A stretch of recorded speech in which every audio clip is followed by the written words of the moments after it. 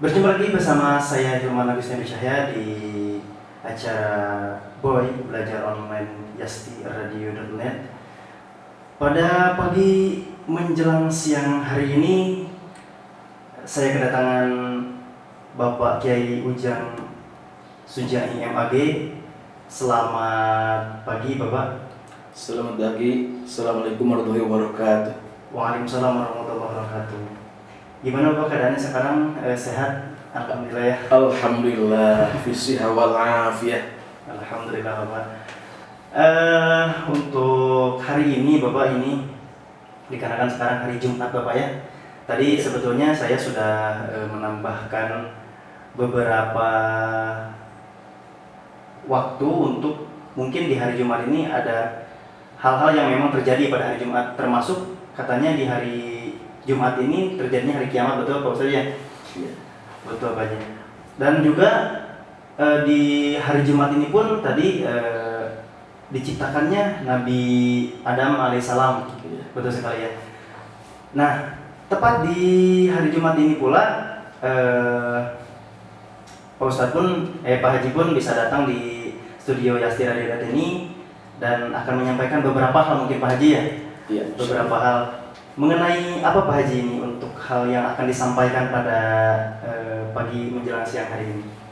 Sesuai dengan apa yang sedang kita rayakan, Betul. yaitu kelahiran Nabi Muhammad SAW. Tema kita kali ini menyambut Maulud Nabi Muhammad SAW. Baik. Mungkin ada juga yang memang sudah melaksanakan mungkin Pak Haji ya.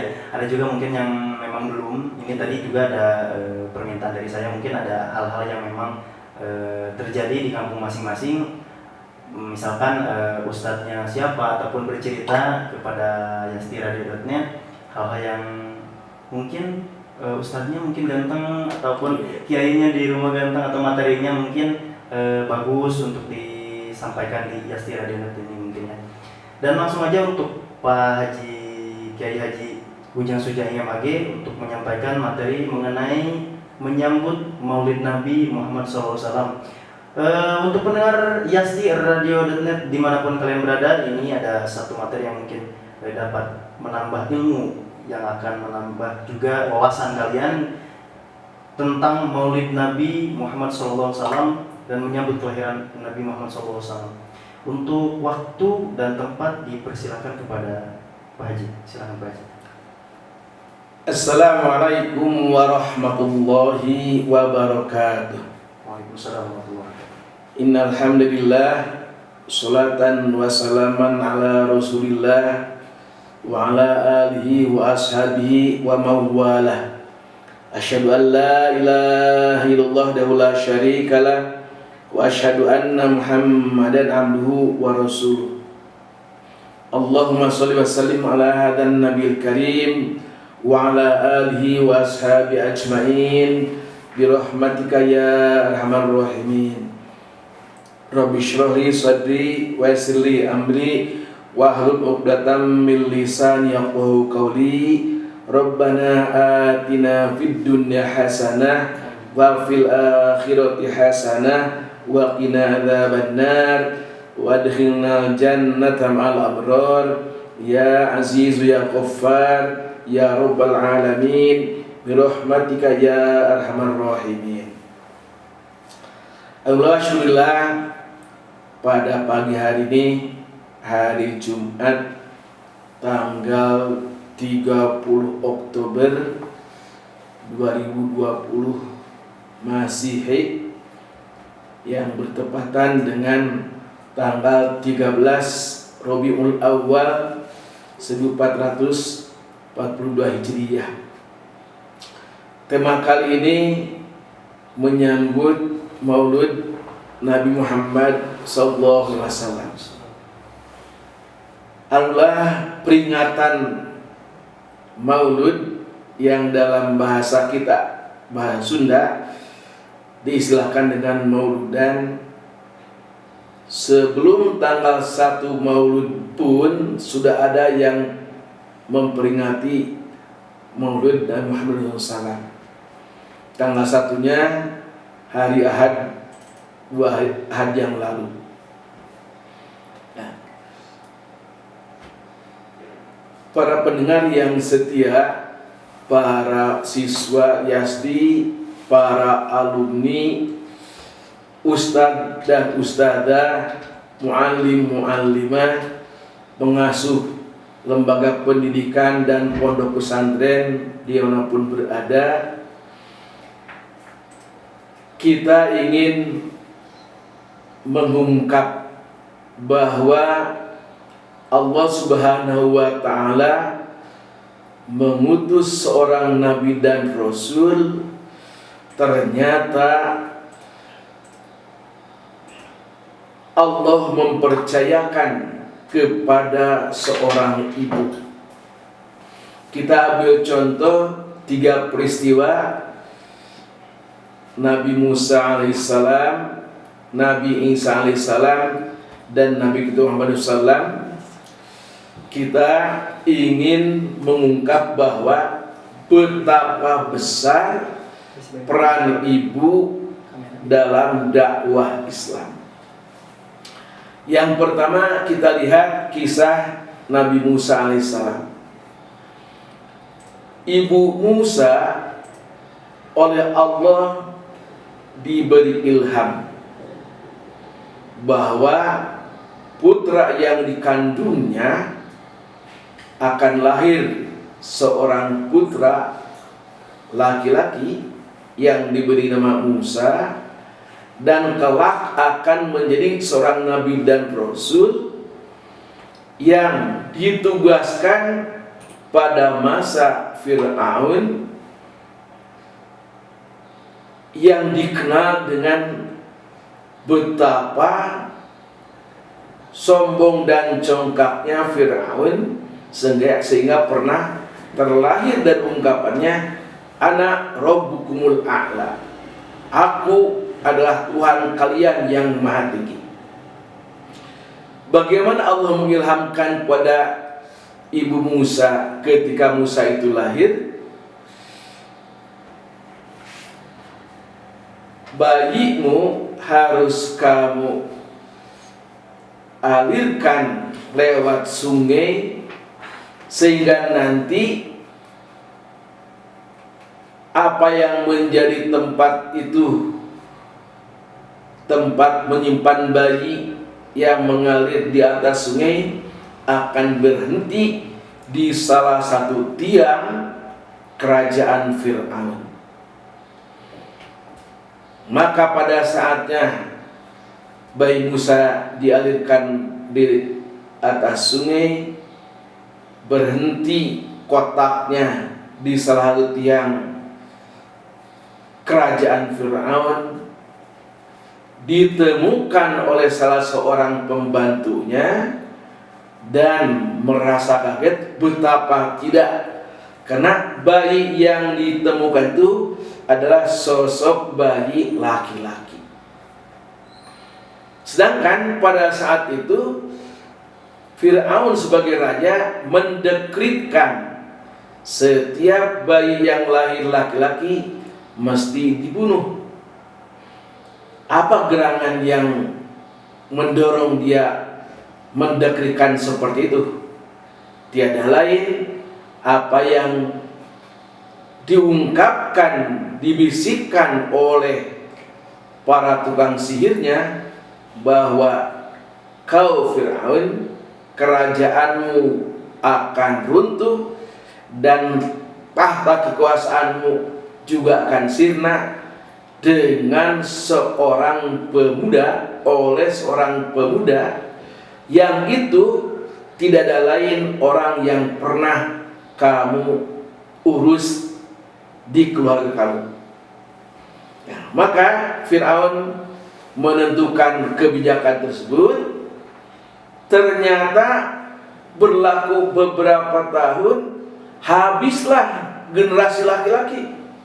Semua meninggal berarti Pak Haji? Karena tidak ada yang diperkenankan hidup. Ternyata muncul pikiran baru.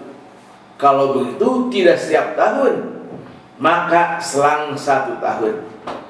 Dengan demikian maka ada yang sezaman, yaitu Nabi Harun, lahir pada tahun tidak diberlakukan aturan membunuh bayi laki-laki. Sementara Nabi Musa bayi itu pada tahun yang diberlakukan aturan tersebut oleh Fir'aun. Kemudian sudah demikian Allah membuat satu skenario. Ternyata istri Fir'aun, Siti Asyah, orang yang disucikan karena tidak pernah tersentuh secara biologis oleh Fir'aun, maka tidak punya keturunan. Begitu mendapatkan bayi di kotak ternyata laki-laki, betapa sangat gembiranya Siti Asyah, dan dirahasiakan kepada Fir'aun bahwa bayi yang ditemukanlah bayi laki-laki, sehingga diurus sebagaimana bayi perempuan, dengan pakaian, dengan mainan, dengan dirias sebagaimana seorang perempuan. Untuk menutupi mungkin laki-laki tersebut. Iya. Mungkin ya. Karena kalau ketahuan begitu, ya pasti dibunuh. Iya. Seolah-olah begitu infalako, umpamanya dipukul dari pantai sebelah utara, Iya. terbentang ke sebelah selatan, laut terbelah menjadi dua, dan daratan itu yang menjadi tempat larinya Musa dengan para pengikutnya.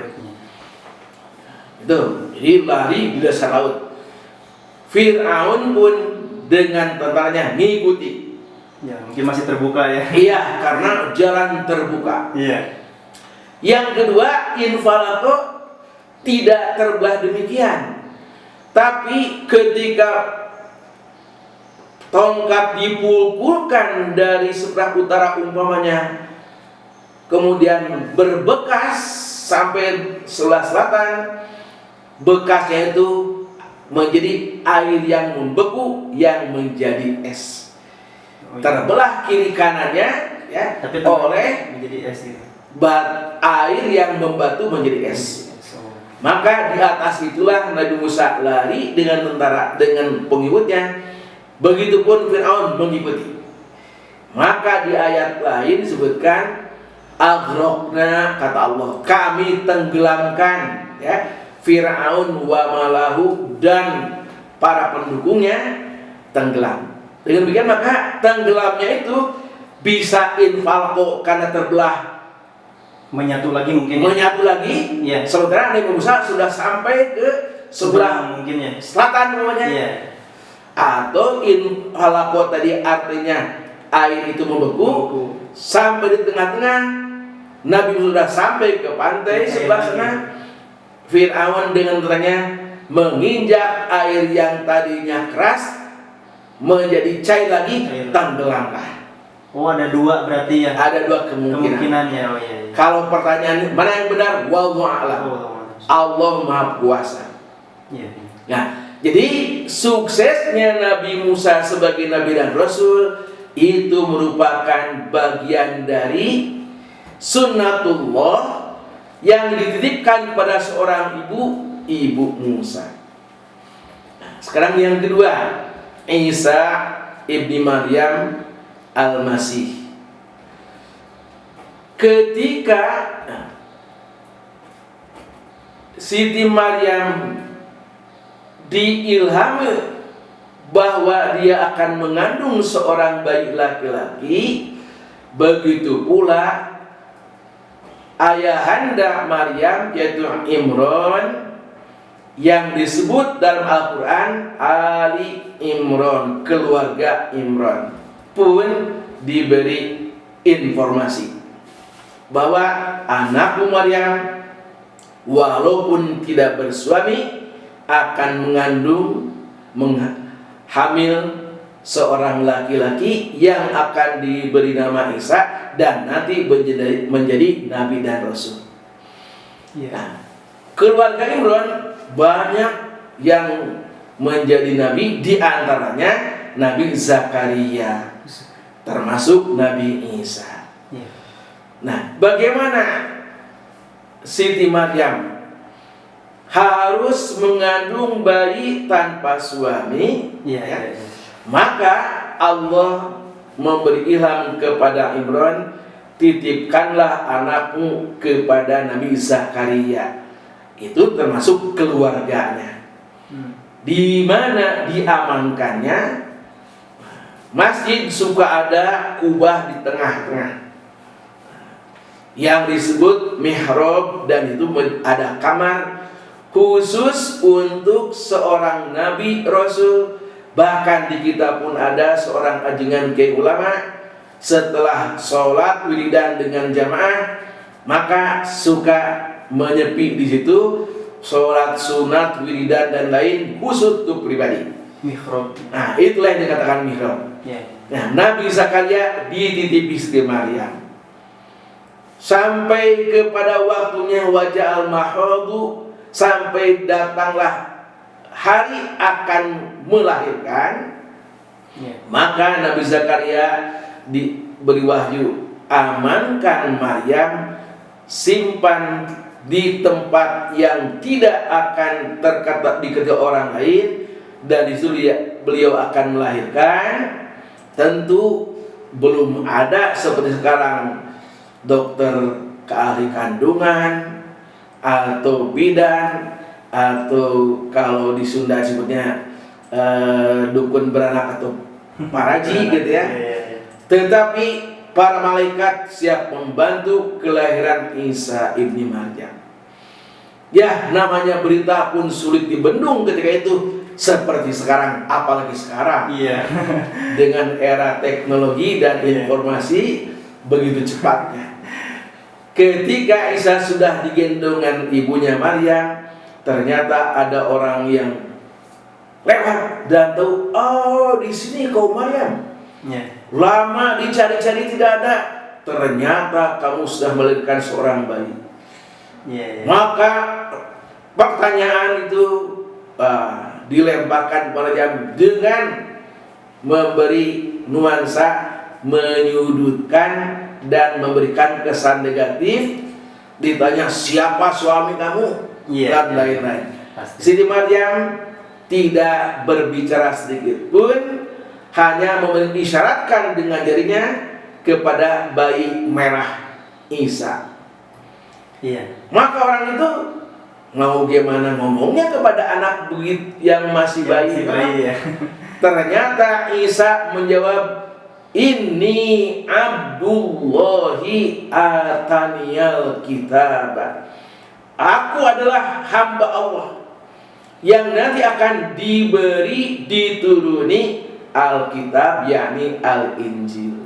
Itu masih kecil berarti Pak Haji ya? Itulah ya. Iya. Makanya bukan yukallimun nasa fil mahdi wa kahla. Nah, belum jadi nabi, namanya irhas. Belum dijadikan disebut mukjizat. Iya. Keistimewaan yang muncul di seorang yang calon atau bakal nabi dan rasul. Yukallimun nasa, berbicara kepada orang-orang fil mahdi, dalam gendongan, berarti masih bayi. Iya. Wa kahla, nanti pun sudah dewasa, akan tidak akan ubah, yaitu inni abdullahi ataniyal kitab. Aku adalah hamba Allah yang akan dituruni Alkitab, yakni Al-Injil. Entah apakah orang ini salah dengar, atau memang dari asalnya sudah karena punya hati yang negatif. Iya. Barangkali salah dengar, barangkali karena itu, maka Isa ini ibnullah, anak Salah Tuhan. pengertian berarti. Nah itu Bu. Iya. Dianggapnya Iya. ibnullah, anak Tuhan. Maka tersebarlah, kalau begitu Maryam punya suami Tuhan. Nah, jadi kalau Maryam punya suami Tuhan, berarti Imran punya menantu Tuhan. Dan Tuhan punya mertua Imran. Iya. Sesuatu yang sangat tidak masuk di akal. Nah, maka dari situlah barangkali ada interpretasi yang salah menurut kita. Tapi bagi sudah kita yang punya pemahaman begitu, ya silakan, toh tanggung jawab masing-masing sesuai dengan keyakinannya. Itu makanya Isa disebutnya Ibni Maryam. Kalau biasanya dinisbatkan anak itu kepada bapaknya. Karena tidak punya ayah, nisbat keturunannya Ibni Maryam Al-Masih. Berarti manusia satu-satunya yang memang dinisbatkannya ke ibunya. Iya. Maka muncullah, mana mungkin ada orang perempuan bisa punya anak tanpa suami. Allah sudah menyiapkan jawabannya, ya. Kalau orang itu bingung terhadap Isa tidak punya bapak tapi Maryam tidak punya suami tapi punya anak, Isa tidak punya bapak, maka inna mathala Isa kamathali Adam. Ditugaskan Al-Quran. Sesungguhnya perumpamaan Isa sebagai mana Adam. Kalau Isa hanya tidak punya ayah, Adam tidak punya ayah dan ibu. Begitu kuasa Allah Subhanahu wa Ta'ala. Dan begitu peran penting ibunya Isa yakni Maryam sukses dalam mendidik putranya Isa sampai menjadi nabi dan rasul. Nah, yang ketiga adalah Nabi kita Muhammad SAW. Mungkin untuk selanjutnya kan Nabi Muhammad SAW. Iya. Mungkin ada satu lagu dulu nih, Ya Rasulullah Ya Habibullah, dari Abi Rafdi ya, Pak Haji. Silakan. Para pendengar sahabat IASTI Radio.net dimanapun kalian berada, itu dia materi yang disampaikan. Baru ada 2 materi yang Nabi dan Rasul yang sudah disampaikan oleh Pak Haji. Mungkin ada satu lagu dulu dari Abi Rafdi, yaitu Ya Rasulullah Ya Habibullah. Selamat mendengarkan.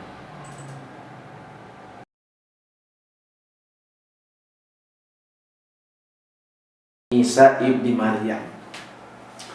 Nabi Isa dan nabi-nabi yang lain pun pasti pada saatnya beliau-beliau ini melaksanakan tugas dakwahnya dihadapkan kepada situasi, kondisi dan personal yang boleh jadi tidak setuju atau katakanlah bertolak belakang dengan keyakinan pendiriannya. Nah, makanya disebutkan likulli nabiyyin aduwwun. Setiap seorang nabi ada rivalnya. Ya, kalau kita katakan secara kasar, musuhnya. Dan setiap nabi itu diuji dengan sesuatu yang bisa memberikan tantangan dan sekaligus jawaban, bukti. Maka pada zaman Nabi Isa terjadilah wabah yang barangkali seperti sekarang, wabah corona. Pada saat itu muncullah berbagai macam penyakit mata, dari mulai yang ringan, ya, hanya merah-merah begitu, iritasi katakanlah, sampai kepada yang berat, sampai kepada butaan. Penyakit kulit dari mulai hanya gatal-gatal ringan, sampai kepada kulit itu katakanlah mendidihkan, berbau aroma yang tidak sedap. Bahkan orang yang sakit sekedar katakanlah pegal, pelinu, sampai kepada lumpuhnya, termasuk yang fatal, ujungnya fatal adalah kematian. Maka orang-orang itu mengajukan kepada Nabi Isa, ya Isa, kalau benar engkau ini nabi, dan kalau benar Tuhanmu itu kuasa, coba sembuhkanlah penyakit-penyakit ini, dan yang mati pun hidupkan kembali. Maka Nabi Isa memohon kepada Allah Subhanahu wa taala, ternyata kelebihan yang dikatakan mukjizat itu ada pada telapak tangannya. Iya. Ketika telapak tangan ini, umpamanya kalau kita katakan menyentuh meja, buku, pakaian atau siapapun, Iya. diusapkan. Mengusap itu dalam bahasa Arabnya masaha. Sahanya. Jadi al-masih orang yang mengusapkan. Allah Subhanahu wa taala memberikan kudrohnya kepada Nabi Isa sebagai mukjizat di telapak tangannya. Maka setiap orang yang diusap, yang tadi sakit mata walaupun sampai buta melihat kembali, yang sakit kulit diusapkan mulus kembali, yang sakit lumpuh diusapkan bisa jalan bahkan lari, bahkan yang mati pun Bisa hidup kembali. Ya. Nah, itu menurut sebagian pendapat tafsir, itu yang menyebabkan mengapa Nabi Isa digelari Al-Masih. Itu di masaha berarti. Dari masaha. Iya, Nah, iya. tentu hal demikian namanya mukjizat. Mukjizat tidak bisa dipertontonkan, Iya. dikomersilkan, gitu ya. Iya. Nah, Nabi Musa namanya, tongkatnya bisa diular, ya, pada saat diperlukan. Diperlukan berarti ya. Tetapi ketika tongkat itu tidak diperlukan, diubah menjadi ular sebagai mukjizat, Tidak akan bisa berarti. tetap saja tongkat. Iya. Maka Nabi Musa pun mengatakan, bagaimana tongkat ini disebutkan oleh beliau, tongkat ini tongkat biasa, sehingga atawakau alaiha, saya bersandar ke tongkat itu. Ketika mengembalakan kambing di tengah padang pasir yang tidak ada tempat untuk bersandar, tancapkan tongkat jadi tempat sandaran. Ketika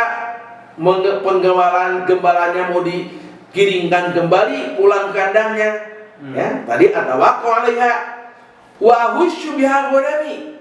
Dengan tongkat itulah saya menghalau binatang-binatang ternakku. Dipegang tidak jadi ular. Iya. Sehingga itulah bedanya nanti, ada mukjizat, ada yang bukan mukjizat. Mukjizat kepada seorang nabi dan rasul, kepada orang yang bukan nabi dan rasul jelas bukan mukjizat.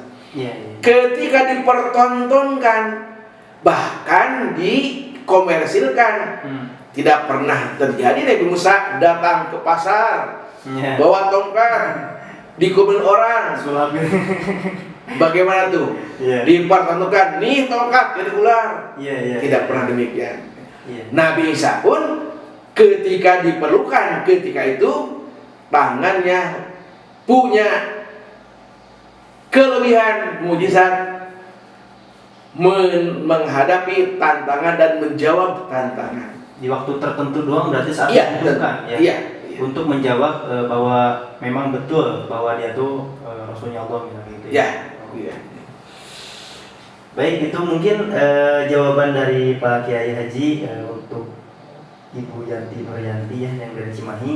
Kenapa sih Nabi Isa itu katanya disebutnya dengan Al-Masih, itu dari Masaha ya Pak Kiai Haji ya. Mungkin ada pertanyaan lagi ini Pak Haji. Assalamualaikum warahmatullahi wabarakatuh. Izin bertanya Pak Haji, benarkah Nabi Isa masih hidup sampai saat ini katanya? Dan ditetapkan oleh Allah Subhanahu wa taala di langit, dan kapankah Nabi Isa akan diturunkan ke bumi? Terima kasih dari Regard Priyanda Aris Putra. Terima kasih. Ini pertanyaannya hebat-hebat ya. Pertanyaan yang kedua ini berkenaan dengan peristiwa Nabi Isa dikejar-kejar oleh kaumnya dan akan dibunuh, gitu ya. Allah memberikan jawaban dalam Al-Quran, wa ma qataluhu wa ma sholabuhu walakin syubbiha lahum. Sebenarnya jawaban ini tidak sederhana dan harus dijawab secara lengkap. Tapi prinsipnya saja dulu yang saya sampaikan. Jadi Nabi Isa itu tidak dibunuh dan tidak disalib, tetapi Allah menjadikan seorang yang mirip dengan Isa. Dialah yang dibunuh dan disalib. Sampai itu dulu. Karena persoalan banyak pendapat. Kemudian di ayat lain Allah menegaskan di ujungnya bal rafa'allahu, tapi Allah mengangkatnya. Mengangkat berarti dari tempat bawah ke tempat atas. Yang atas itu adalah langit. As-sama'u ma fawqana. Langit yang ada di atas kita. Persoalannya, apakah ketika Nabi Isa diangkat itu dalam keadaan hidupkah atau dalam keadaan meninggal? Wallahu a'lam. Kalau dalam keadaan hidup, Allah Maha Kuasa. Dan kalau keadaan mati, Allah pun Maha Kuasa. Nah, yang jelas Nabi Isa menurut keyakinan kita orang Islam tidak dibunuh dan tidak disalib, dan ada ayat Al-Qur'annya. Kemudian diangkat oleh Allah, diangkat ke langit. Persoalan apakah ketika diangkat dalam keadaan hidup atau meninggal? Wallahu a'lam. Nah, pertanyaan berikutnya, apakah sekarang Nabi Isa ini dalam keadaan hidup di langit atau meninggal? Itu pun sama. Islam menyebutnya perkara-perkara yang gaib, sam'iyat mughayyabah. Kita dengar informasinya, itu sam'iyat, jadi sami'ah. Mughayyabah, sesuatu yang oleh Allah tidak dibentuk, tidak didohirkan, tidak dikonkretkan. Gaib bahasa tauhidnya. Nah, maka kalau pertanyaan apakah sekarang Nabi Isa ini dalam keadaan hidup atau meninggal, wallahu a'lam. Kemudian betulkah Nabi Isa ini akan diturunkan kembali? Ya. Itu bagian dari ciri-cirinya kiamat atau mendekati kepada kiamat. Kemudian apa nanti Nabi Isa ini fungsinya, tugasnya ketika diturunkan kembali?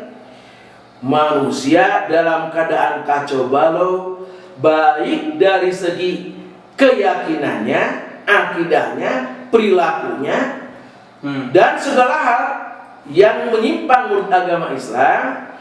Nanti yang akan meluruskan kembali adalah Isa Al-Masih, Isa ibn Maryam Al-Masih.